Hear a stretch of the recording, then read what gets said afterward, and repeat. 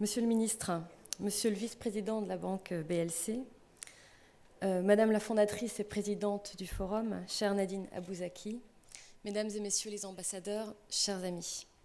C'est un honneur pour moi de participer ce matin à cet événement au nom de l'ambassadeur de France, qui est un fidèle de cet événement, comme la France l'est depuis plusieurs années, et qui m'a chargé aujourd'hui de le représenter et de vous dire, au nom de la France, toute l'estime que nous avons pour cette initiative. Cet événement s'est imposé en 10 ans comme un événement incontournable dans la région pour débattre des droits des femmes et pour permettre des rencontres, du réseautage, comme on dit, qui sont aussi un moyen d'accroître les droits des femmes dans les faits, et pas seulement en droit, j'y reviendrai dans un instant. Et donc c'est la raison pour laquelle nous soutenons fidèlement cet événement important. Certains l'ont dit avant moi, cet événement est d'autant plus important que nous nous trouvons dans un contexte régional qui est, il faut le reconnaître, globalement défavorable aux femmes. D'un côté, les printemps arabes auxquels les femmes ont participé de façon massive et visible, qui ont permis des progrès dans plusieurs pays, il faut le dire, mais de l'autre, des évolutions négatives avec des femmes qui sont les premières victimes de la répression, directe ou indirecte. Et on le voit dans différents domaines, je pense au mariage précoce, dans les familles de réfugiés paupérisés, la déscolarisation, mais aussi en matière de violence. Pour nous qui venons de l'étranger, et notamment au Liban, la nouvelle femme arabe, puisque c'est le titre du forum, est en danger. Elle n'est d'ailleurs pas seulement en danger ici, ayant été la conseillère pour les droits de l'homme du ministre des Affaires étrangères de la France, je voudrais dire, j'ai eu l'occasion de le dire dans un forum il y a quelques mois, que nous sommes face à un mouvement de recul, à une tentation de recul qui se manifeste notamment dans le cadre des Nations Unies, dans le cadre du Conseil des droits de l'homme. Et donc l'égalité entre les femmes et les hommes, c'est quelque chose qui plus que jamais se conquiert et exige de nous un combat, voire une résistance. Donc cette nouvelle femme arabe, elle est forte parce qu'elle est de plus en plus éduquée. Je rencontre tous les jours dans mes activités des professeurs, des médecins, des chercheuses émérites. Il y a quelques jours, 3 Libanaises recevaient d'ailleurs le prestigieux prix L'Oréal, récompensant les plus grands scientifiques, les plus grandes scientifiques dans le monde. Et c'est tout à fait remarquable que la région arabe soit particulièrement bien représentée. Il y a aussi beaucoup de chefs d'entreprise, de plus en plus, de militantes politiques et associatives. Mais en effet, il y a encore des obstacles, des plafonds de verre, des progrès à accomplir. On parlait de représentation politique, on parlait d'accès aux fonctions de direction dans les établissements publics et privés. J'en parlais il y a quelques jours avec une brillante scientifique libanaise qui me disait « le combat, ce n'est plus le nombre de scientifiques. On a beaucoup de femmes scientifiques, on a beaucoup de femmes chercheuses. C'est les femmes qui sont directrices des établissements. » Et puis évidemment, il y a les questions du statut personnel qui se posent dans plusieurs pays de la région. Mais ces limites, et je voudrais le redire, l'ambassadeur a eu l'occasion de le dire l'année dernière, ces frustrations, elles ne sont pas l'apanage du monde arabe. Et il le disait, et je veux le redire très nettement devant vous, nous n'avons pas de leçons à donner au monde arabe. Ce sont des problèmes et des frustrations qui nous concernent tous. Donc nous avons un combat à mener ensemble pour faire progresser la situation des femmes, en droit, bien sûr, et dans les faits, dans chacun de nos pays et dans le monde. Ce combat, c'est une priorité de la France, bien sûr. Nous n'avons pas été toujours en tête. Nous n'avons pas été le premier pays à accorder, par exemple, le droit de vote aux femmes. On y faisait référence il y a quelques instants. Mais nous avons beaucoup progressé. Et je le dis en tant que représentante de la France et puis aussi en tant que femme française, puisque nous avons au cours des dernières décennies et des dernières années innové, avancé, et je voudrais partager avec vous non pas les leçons de la France, mais l'expérience française que certains d'entre vous connaissent. Pour faire progresser cette égalité réelle, bien sûr, il faut faire progresser le droit. Il y avait encore beaucoup de limites dans la législation française en matière de transmission, de noms, et dans d'autres domaines qui ont été levés. Aujourd'hui, les femmes peuvent être pilotes de chasse, etc. Donc il y avait encore des choses à améliorer. Mais le grand combat maintenant, c'est l'égalité réelle. Et nous avons notamment imposé des quotas en matière de représentation politique, au Parlement et dans les assemblées locales, des quotas dans les conseils d'administration des entreprises et des quotas dans la fonction publique et notamment dans les postes d'encadrement.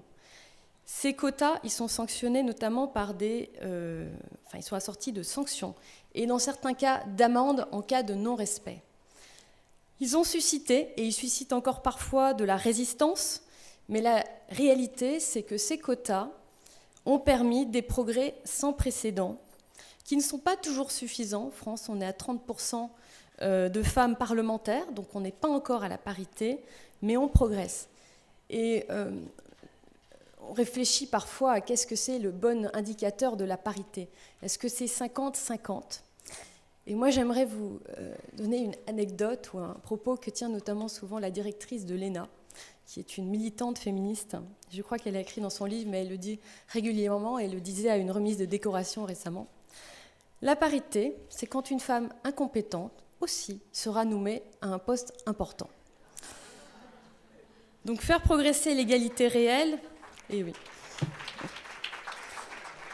C'est donc cette expérience des quotas qui a été efficace en France, et donc je pense que c'est un élément à prendre en considération dans vos pays. C'est aussi offrir plus de moyens, notamment en matière de solutions de garde pour les enfants, inciter les pères à prendre leur congé parental, c'était l'objet d'une législation récente en France, combattre les stéréotypes à l'école, ce qui a aussi suscité beaucoup de débats en France, puisque les stéréotypes, on en parlait un instant, dictent encore trop nos choix de carrière et de non-carrière. En France, on a un problème, on n'a pas assez de femmes qui choisissent les voies scientifiques. Ça n'est pas vraiment un problème au Liban, mais dans notre pays, ça l'est. Et il y a des raisons pour lesquelles, à 7 ans, à 10 ans, on se dit « non, moi je ne veux pas être scientifique, je veux être professeur », qui est un beau métier aussi, mais il n'y a pas de raison de se fermer des portes. Et quand on voit que les stéréotypes y contribuent encore, on se dit qu'on a encore un problème et un chemin à parcourir. Enfin, faire progresser l'égalité réelle, c'est avoir une politique de coopération en faveur de la parité. Et là, je voudrais dire un mot sur ce que nous faisons au Liban, et d'ailleurs dans d'autres pays. Donc, au Liban, nous soutenons notamment l'Institut des finances, qui fait un travail remarquable pour promouvoir la présence des femmes dans les hautes fonctions de l'administration publique, notamment à travers le programme Mixité et gouvernance en Méditerranée, qui concerne le Liban, mais aussi tous les pays de la Méditerranée.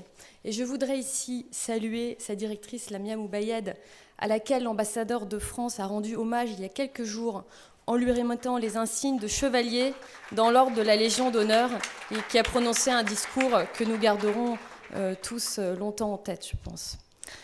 Au Liban encore, nous soutenons des ONG libanaises qui font elles aussi un travail remarquable pour donner des perspectives économiques aux femmes qui sont démunies, qui sont isolées, qu'elles soient libanaises, irakiennes, syriennes ou palestiniennes. Et je pense à beaucoup d'entre elles, et je vois des visages familiers dans la salle. L'association des Dames de Der El Ahmar, où je me suis rendue, Amel, CAFA, CRTDA, bien d'autres encore, que je ne cite pas de façon exhaustive, mais qui font un travail tout à fait remarquable. Nous soutenons aussi un programme pour le réseautage, pour le développement des capacités des femmes, qui s'appelle « Femmes d'avenir en Méditerranée », où les Libanaises sont notamment très présentes, qui est un beau programme, et je vous invite à candidater. Mais nous avons quand même un problème, et donc je voudrais ici lancer un appel devant vous vers les jeunes générations. Nous avons des programmes de bourse pour les anciens élèves des établissements français à l'étranger. Mais nous n'avons pas assez de femmes, parce que c'est le cas au Liban, mais c'est peut-être aussi le cas dans d'autres pays de la région. Les parents n'aiment pas laisser partir leurs filles à l'étranger, alors qu'ils envoient plus volontiers leurs garçons. Donc nous faisons des efforts pour garder ces bourses, pour leur conserver le bénéfice de ces bourses pendant 1 an, 2 ans. Mais quand même, ce serait bien que les femmes soient aussi nombreuses que les hommes.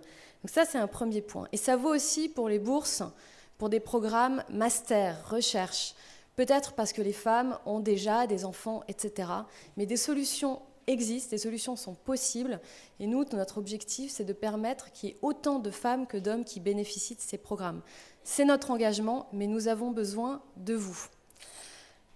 Je prends encore un exemple. Récemment, on organisait un hackathon, un concours de création de films en réalité virtuelle, à Berytech, dont je vois une des représentantes, j'ai vu tout à l'heure.